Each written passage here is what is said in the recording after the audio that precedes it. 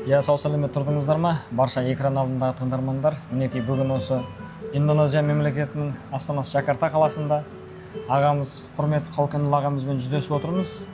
Сонымен тамақтанып болып, ағамызға сұхбат алсақ бола ма десек, құрметті аға бірден болады деді. Сонымен сұхбатымызды бастайық деп отырмыз. Әуелі құрметті аға, өзіңізге көп рахмет осы сұхбатымызды қабылдағаныңызға. Өзіңіз туралы бір айтып жібересіз бе, халыққа таныстырып? Менің атым Құрмет. Сол бұрын Баркол ауданынан шыққан. Баркол Қазақ автономиялы ауданы. Сол жерде орта мектепті бітіріп, кейін тінде Шинжаң Шифанда жөнің физика дәрісін оқып, содан кейін 99 жылы бітірдім. Содан кейін 2000 жылдар сол Бейжіңға 2 жыл қызмет істеп, содан Шэньчжэн, Шанганларға 1 жыл қызмет істеп, содан кейінде сол Малайзияға, Малайзияның бір жақсы дашөсі университеті бар, UM деп, University Malaya, сол жерде магистрлық оқыдым. Сол негізгі магистрлықтың немесі кәсібі Electrical Engineering, қазақша Electrical Engineering электриялық және инженерия ғой, инженер工程. Сол жерде оқып, жақсы тәрбие алып, қоғамның бір жарамды адам болып үшін. Сонымен сол жаңағы Малайзиядан бітіргеннен кейін, Малайя университетін бітіргеннен кейін, осы Индонезияға бірден келдіңіз бе аға? Сол Малайзияда工程оқыдық 3 жыл. Ерекше бір профессордың астында. Содан кейін бітіргеннен кейін Индонезияның осы жеріне бір халықаралық мектептің мамандығын алды. Содан бері міне 20 жылдай өздеріңіз білесіздер, International Baccalaureate дейді, халықаралық бакалавриат, яки Годжи Кочинг. Сол Годжи Кочингдар Бейжің, Шанхай, Гуанчжоу, Шэньчжэндар осындай Годжи Кочинглар көп. Мен қазір сол мектептің IB coordinator, яки болмас IB диплома coordinator рол. Одан сырт мен осы IB coachingның Нидерланд, Холланда тұратын жеріндегі соның консультанты. Одан кейін халықаралық IB мектептерді солардың evaluation'ды тексеру, мектепті шыңғы қылу, одан кейін сол мектеп бастықтары, одан кейін программа бастықтарын Жұңғодағы, Жапониядағы, оңтүстік Кореядағы, Австралиядағы жерлеріндегі мұғалімдерді негізінен тәрбиелеу, содан сол кочингдарды түзу, жариялау, одан кейін соларды шыңғы қылу туралы істеп жатырмын. Сол жаңағы емтихан алып сол жерден анандай, дәл экзаменер боласыз ғой, сол бағалаушы емтиханнан өткіземін, қалай болады адамдар, қызмет істеу қабілеттері қалай, және қызмет тәжірибелері бар ма, Индонезияға үйлесем үйлеспей ма деген, сол жақтан өзіңіз және бірден тексеріп өткізесіз ғой аға? Дәл сол IB яки Годжи Кочинг, бағдарлама ғой, бағдарлама, сол бұл бағдарламаның барлығы дүние бойынша барлық жерде істетіледі. Көптеген халықаралық мектептер бар, сол IB Чаушедагаңдарын істететін. Соларды бағдарламасын тексеру, оларды мектептерін шыңғы қылу, емтихан алу, сонда барлық мектептер негізінен Гаукоға бар, соған оқшаш. Халықаралық Гаукоға ғой бұл енді? Халықаралық жаңағы мойындалған бір системада жүретін. Бір система, оның системасының сапасын ұстау. Жаңағы одан өткен оқушылар жаңағы шетелге бірден, ол жаңағы IB емтиханнан толық нөмір орындаған балалар шетелге бірден жаңағы сыйлық қаражатпенен бүкіл ақысыз оқуға болады? IB бұл негізі Жұңғодағы Гаукоға ұқсас. Немелер 6, мысалы 11-12 класста, 12 класстарда 6 кәсіп алты кәсіп талдайды.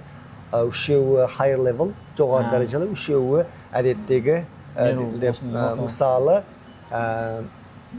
мен инженерлік оқығым келсе Англиядан, мысалы Кембридж Ченшода ашудың оқығым келсе, онда мен егер инженерлік оқысам, онда екі тіл талдау керек. Мүмкін біреуі инглишше, біреуі хансша. Шоңи болу керек. Одан кейін төрт сабағы мүмкін біреуі физика болу керек, біреуі математиканың жоғары дәрежесі болу керек. Одан сырт бұлар біреуі экономика болу мүмкін.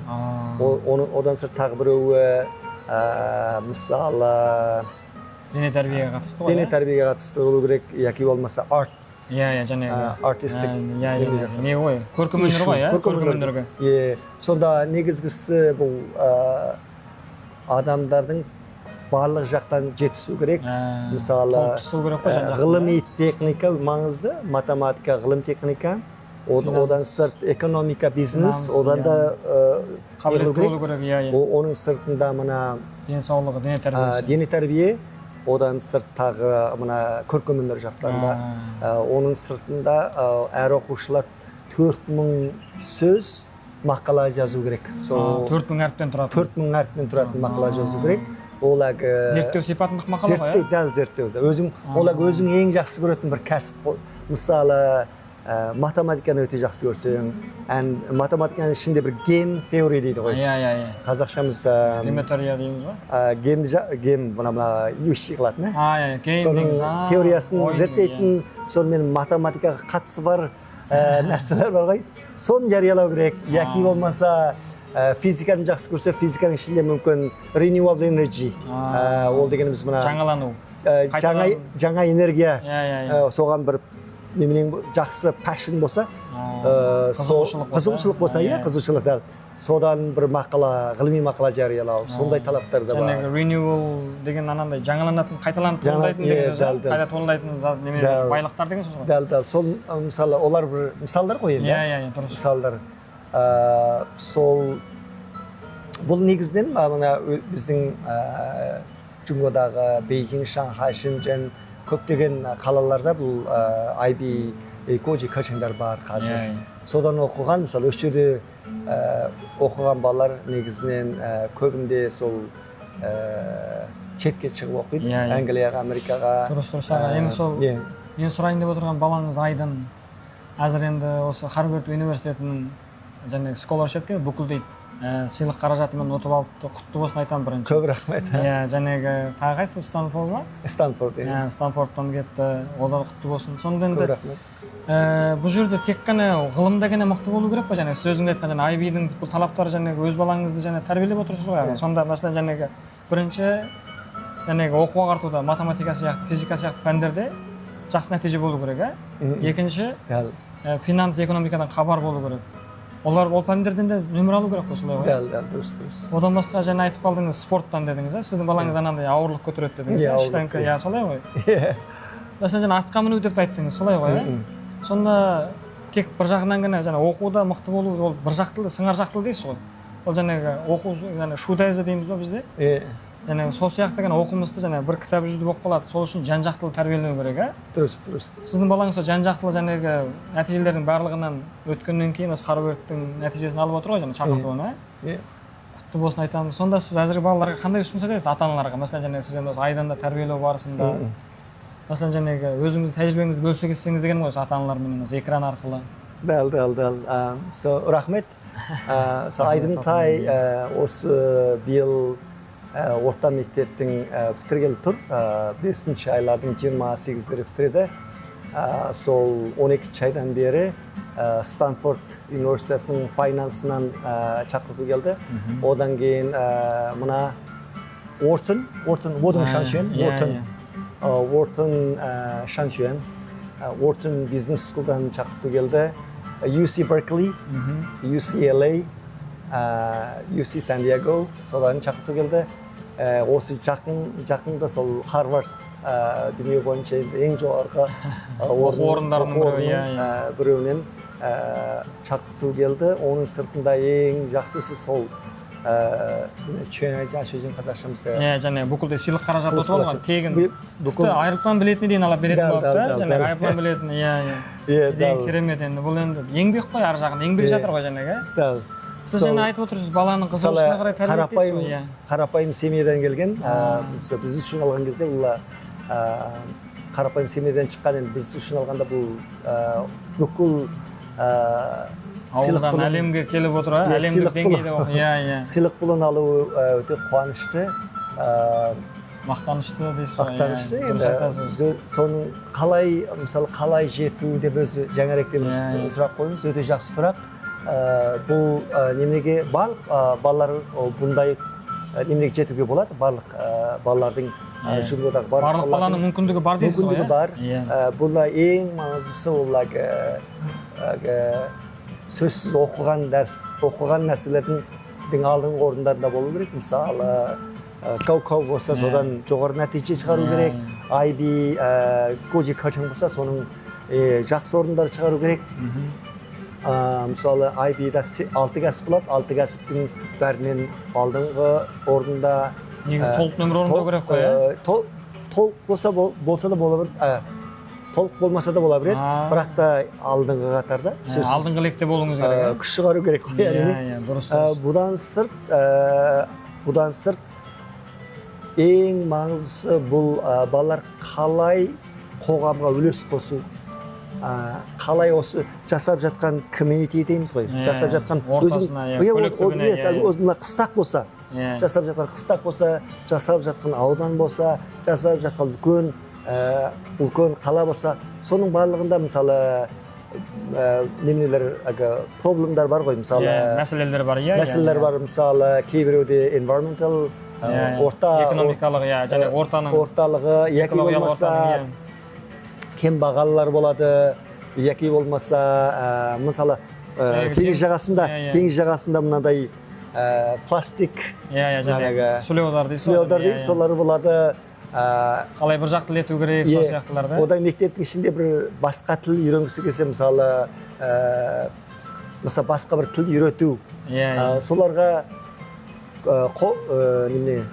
кол ишин берүү сондай талаптарды орундау керек сол натыйже менен кане осы Ivy League Changchun Ivy League университетине кирүү мүмкүн эмес бунун сыртында бул бала калай өзү турган орундарга кол ишин берүү сол жердеги адамдарга натыйже көрүү керек жаңы сиз мисал келтирдиңиз го ага маселен жанагы осы биз мал чарбачылыктан айланышкан элбиз дедиңиз бизде жана кыста жем чөп маселеси кыйын дедиңиз эгер осуну бир бала чечсе дедиңиз жагыни жана калай чечет аны жанагы осы жана жем чөптүн көбөйтүү керек болчу кыста да жем чөп жанагы кайтадан осы маселен жанагы парниктер аркылуу бола ма я болбосо башка кылым техника аркылуу жанагы жем чөптү жетилдирип жана калктын жана кажетін камтамасыздандыра алатын болсо осы маселени чече алатын болсо бунун өзүн жанагы әлемдик сыйлыктарды утуп алууна болот дедиңиз сонда биз маселен жанагы әлемдик мектептерде окуу үчүн сөз жок әлемдик деңгейдеги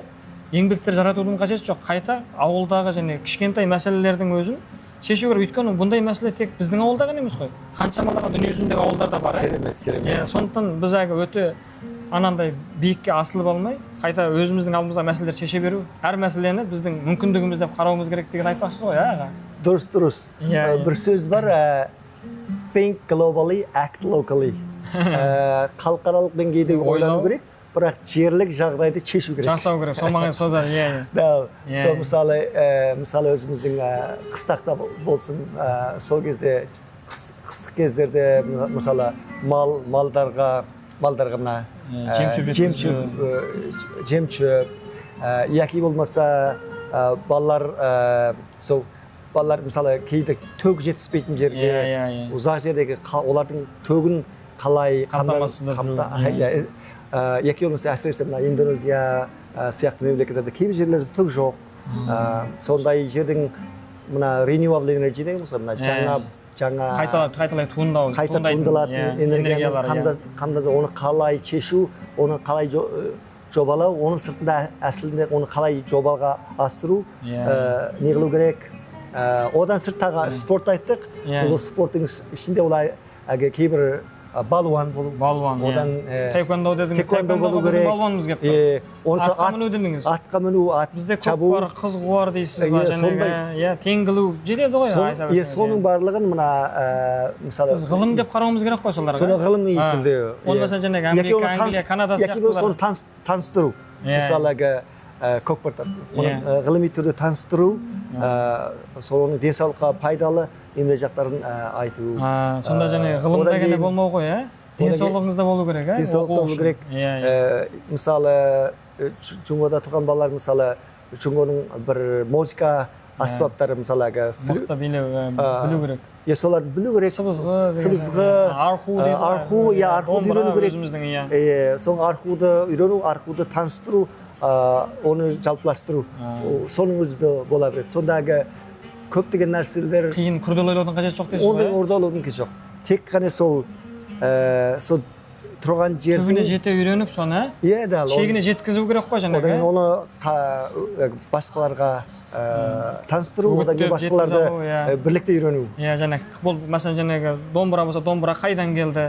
Оны кім шертті, қалай дамыды? Кезінде 5 пернеді, 9 перне, әзір 21 пернеге дейін келіп отыр. Оны тағы мысалы кішкене балаларға мысалы оқыту. Мультфильм бейнесінде. Фильм болса да болады, яки болмаса фантазиялық әңгімелер ретінде дайындап, яки үйрету керек. Мысалы ода бір басқаларды үйрету, ол лидершип болады ғой.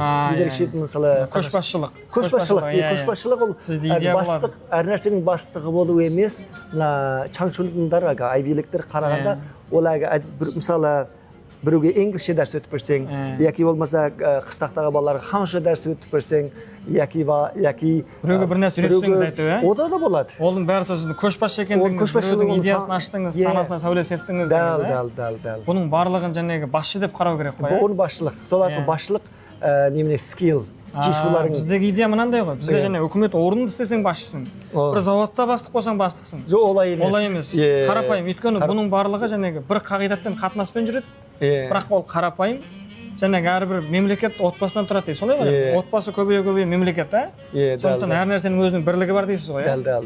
Сондықтан бұны әлемдік деңгейде ойлайсыз. Жерлік жағдайда шешу керек. Отбасы жағдайда, комьюнити, өзің тұрған жердегі мәселелерді, қиыншылықтарды, мысалы қыстақтар аудандардағы жәрдемдесу, мысалы олар жердегі, мысалы біз кейде бір немен өткіземіз ғой, мысалы ат жарысы болады. Ат жарысы кезінде мысалы сол жердегі адамдарға тамақ берсу, сол жердегі қоқсықтарды тазалау, соның барлығы бола береді ғой. Бұның барлығы жаңағы бір үгіт қимылы, және халықты шақыру, еңбекке шақыру. Айналып келгенде сөз аға былай екен, онда жаңағы әйтеу алдымен өзгертетін болсаң, ең кішкене өзіңнен баста. Өзіңді өзгерт. Өзің мәселеңді шешсең, елдің мәселесін шеш, ақырын ауылдың мәселесін. Ауылдан ауданға, ақырын соны әлемге ақырын беттейсіз демексіз ғой. Дұрыс. Сондықтан бірден әлемнен түсіп алып, шамамыз жетпей шаршап жатамыз ғой әдетте. Сондықтан жаңа ауылдан бастау керек қой, Дұрыс. Оның сыртында мысалы кейбір жарыстарға да қатынасу керек. Мысалы физика жарысы болады, математика жарысы болады, робот жарысы болады. Қолтемір, мысалы Айдынның немесі ол 9 жасынан бастап қолтемір жарысына қатынасқан. Канадада бірінші болып дедіңіз, Германияда үшінші болып дедіңіз. Бұның бәрі еңбек қой. Үйіміздің іші бірақ ремонтхана болып кетті дедіңіз ғой. Телевизор жоқ дедіңіз. Сол пандемия кезінде ешқайда шыға алмадық. Москваға сол кезде балалар мектептерге ол кезде не қылмады, ашылмады ғой. Сол кезде мектептегі жабдықтарды үйге әкеп алған. Үйге әкеп, сол біздің үйдің телевизоры жоқ. Бір нәрсені құрап, бұзып соғып, ол жердегі drill қылады, не дейміз қазақша? Ағаш кесу, темір кесу, ағашшылық, темір гараж болып кетті.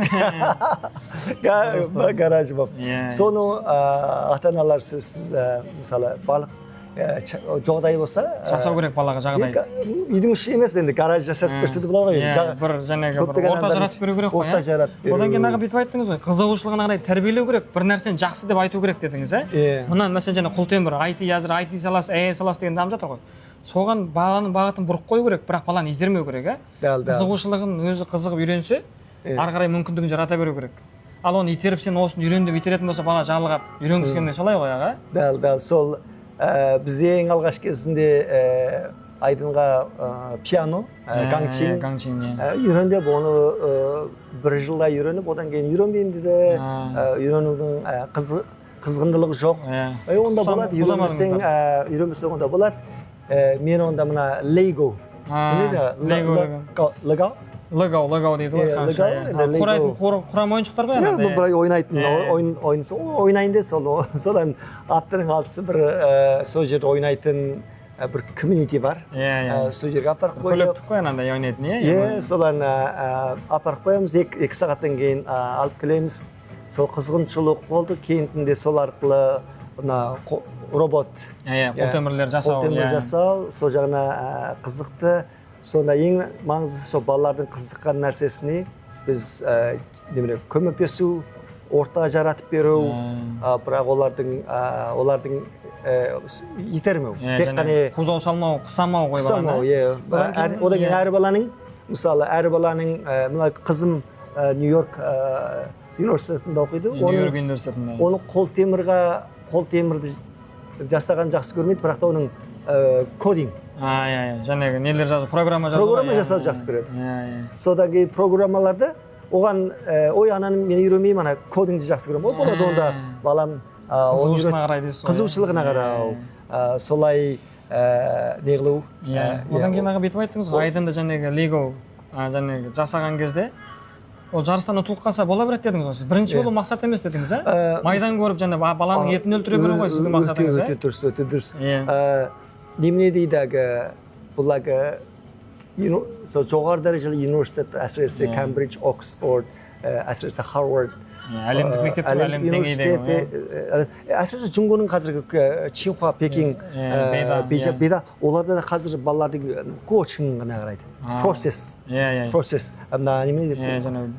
Басып өткен басқыштарына, балалар нені нәтижесіне қарамайды. Бұл сол бала тәжірибесіне қарайды ғой, бала не істеді, жығылады, тұрады, сүрінеді, содан тәрбиелады, содан кейін өседі. 100 рет жығылады, 101-ші рет және тұрады дейсіз ғой.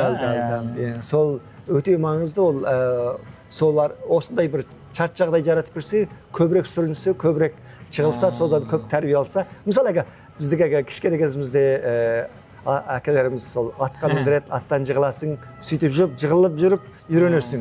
Дәл солай ғой. Сөйтіп жүріп, тайғонандардың бәрін үйреткенбіз дейсіз. Тайғонан. Жалпы осы балаға мүмкіндік беру керек бірінші. Екінші жәнегі бағытын көрсету керек балаға. Бағытын мысалы, балалар негізгі бағытты көрсету керек, мысалы. Не дамып жатыр, қай жер керемет, дәл мысалы. Әлемді көрсетуге мүмкіндіктер әзірлеу керек дейсіз ғой балаға. Traveling, жер көрсету керек. Мысалы, Бейжіңге барып, Бейжіңді көру, Бейжіңдегі жақсы мектептерді көру керек. Хонг-Конг, Шанганға бару керек. Ол жердегі жақсы мектептерді көру керек. Гуанчжоуға бару, Шэньчжэнге бару. Сол жердің жақсы орындармен жақсы мектептерін. Мысалы, Ботагөз айдын, Алиса Ботагөз қызымыз 15 жаста біз 2 апта Кембридж Ченчауда жүрдім. Сол жерде 2 апта жаздық. Лагерге қатынасты. Сол жерден робот темір қол программа жасады, ойнады дешін. Сол барыста ол жерде сіз оқиды деп жібертпедіңіз. Елді көрсін, желді көрсін. Жер көрсін, техниканы көрсін. Бір өсу пайда болсын балада деп жіберттіңіз ғой. Солай, мысалы ғылыми жақтан өссін, одан кейін қалған елдердің жақсы нәрселерін көрсін, көз ашылсын деп. Біз енді мәсем халықтың деңгейі осы Малайзия көтерілетін болған кейін біз енді осы жебе командасында Талғат, Айдай балалар бірігіп, осы Талғаттың басшылығында Малайзияға балаларды әкеліп жатырмыз аға енді. Менше Малайзияда болады деп ойлаймын енді. Қоңыр қалта адамдарға және қалтасы көтеретін. Енді мықты одан да қалтасы көтеретін болса Англияға апарса болады ғой. Енді одан мүмкіндік болса Малайзияда бір жақсы талғам екен деген ойдамын енді. Сізше қалай екен енді? Мен өзім Малайзиядан оқығам. Магистрлықты ең атақты Малайзияның университеті Малая.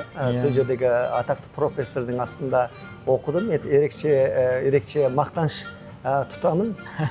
Сон өз атымнан ол жерге ол жерде оқыған көптеген ғылым алған нәрселеріме өте қуаныштымын. Сонда меніңше егер жағдай бар адамдар сол жерге келіп ғылым техника үйренсе, тіл үйренсе, әрине өте жақсы. Жарайды, берген сұхбатыңызға көп рахмет. Алтын уақытыңызды қиып бізді шақырып, бауырларым екенсіздер деп, өстіп дастархан жайып, әуелі тіпті қонақ үйімізге дейін бұйыртып қойыпсыз. Рахмет, осы дархан даладан қабылдаған дархан мінезіңізге разымыз. Әрқандай жұмыстарыңыз сәтті болсын, отбасыңыз бақытты болсын деген айтқым келеді. Көп рахмет. Рахмет аға. Шай ішіп қояйық. Жарайды. Шай ішіп қояйық. Жарайды, аман болыңыз. Чай ішіп отырыңыздар.